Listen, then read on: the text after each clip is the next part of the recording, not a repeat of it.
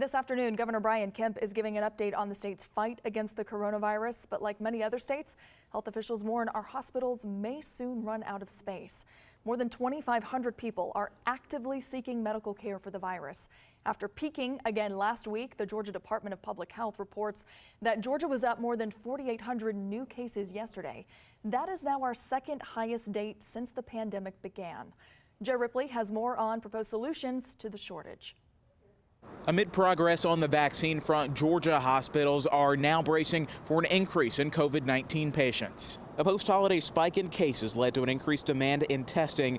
The surge also has medical staff worried they might not have the personnel, resources, or space to handle the expected influx of hospital patients. We're already at about 84% of our ICU beds in use right now.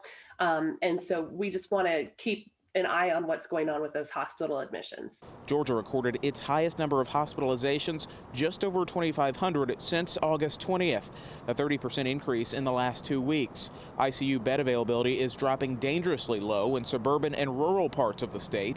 Dr. Robert Jansen, Chief Medical Officer of Grady Health System, says the ripple effects strain an ongoing nursing shortage and has put already postponed elective surgeries at risk. We are now at the point where we are closely monitoring on a daily basis the number of patients that we have holding in areas. And if we surpass that, then we'll have to start canceling patients who come in for elective procedures that would require inpatient care. Grady Hospital is considering building an outdoor emergency unit to handle COVID-19 patients. Staff there and at Piedmont Health System are also working with the governor's office to get access to additional resources. Wellstar Health System has seen a surge in patients as well.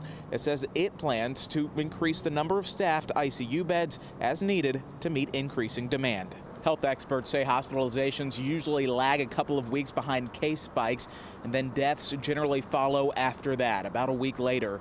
Health experts recommend to limit the spread, wear a mask, wash your hands, and social distance. Georgia's governor and state top health officials are offering an update on the state's efforts to prepare for vaccine distribution. That is happening at 1 p.m. today. Look for the live stream on 11alive.com, our app, and on our YouTube page.